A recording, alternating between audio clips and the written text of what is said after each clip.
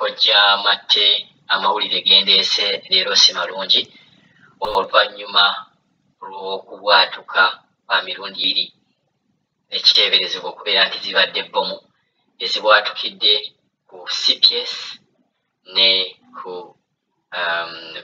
Parliament.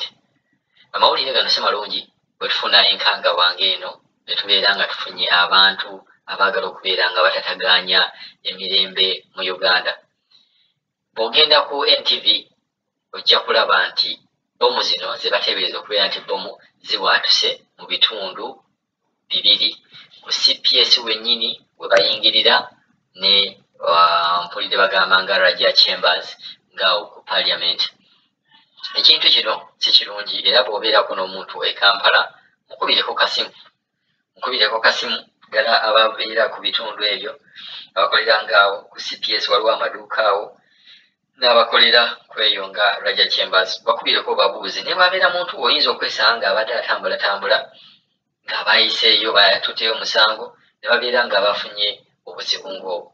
Mawulire si malungi, tukyeyongera okubeera nga tukyalaba kiki ekigenda mu maaso. Tujja kweyongera okubeera nga tubawa information ekwata ku bintu ebyo ebiteebereza okubeera nti zibadde bbomu zaabise emirundi ebiri ate mujjukire nti wabaddewo era ne bbomu ezigenda zaabika birala nga mujjukira ne bbomu yali Komamboga nayo yabwatuka ne bbomu ezaabwatuka mu bbaasi. Kati kirabika nti waliwo ekintu ekitandise okutambula nga ebintu bigenda bibwatuka. So mawulire si malungi, njagadde okubeera nga nange nga batuusaako wano nga nange bengafunye ngalabye ku NTV egaleese live ne kakati bali live. Omuntu yenna asobola kubanga olina time osobola okugenda n'olaba ekintu kiri nti ebintu si birungi okusinziira okubeera nga Parliament waliwo kumpimpi awo ekibwatuse ne ku CPS ate nga bye bifo by'amaanyi. So abantu nga bano abategatega bbomu bwe babeera nga basobodde okugenda mu bifo ebyo mulina okubeera nga muli beenywevu oba nga mulaba ekigenda mu maaso. Wano wenvaayo ne ŋŋamba nti security yaffe eri ku gwe kennyini ampuliriza gwe security number 1. Tuve mu bino nti poliisi eruddewo okujja, poliisi tetuyambye. Gwe kennyini abantu b'oli nabaawo gezaako okubeera ng'olaba w'oli wali watya, kitereke ki ekiriwo. Oyingidde mu bbaasi olaba omuntu amagamaga, abantu abakola mu bbaasi mugezeeko okulaba nga bino ebintu bye muteeka byonna mubiceekinga. Mugezeeko okubeera nga tetugamba kugambye nti poliisi tetuyambye, poliisi eruddewo okujja. Abapoliisi bali bameka, naffe tuli bameka? Tuli 43,000,000. Poliisi oyinza okwesimanyiwa muwendo gya poliisi gya balimba sigimanyi, naye bwe tugamba nti poliisi bali 1,000,000 ku 43,000,000 ddala olaba obukuumi busobola okubeerawo bumala. Poliisi erina kwongereza ku ffe kyetuyinawo.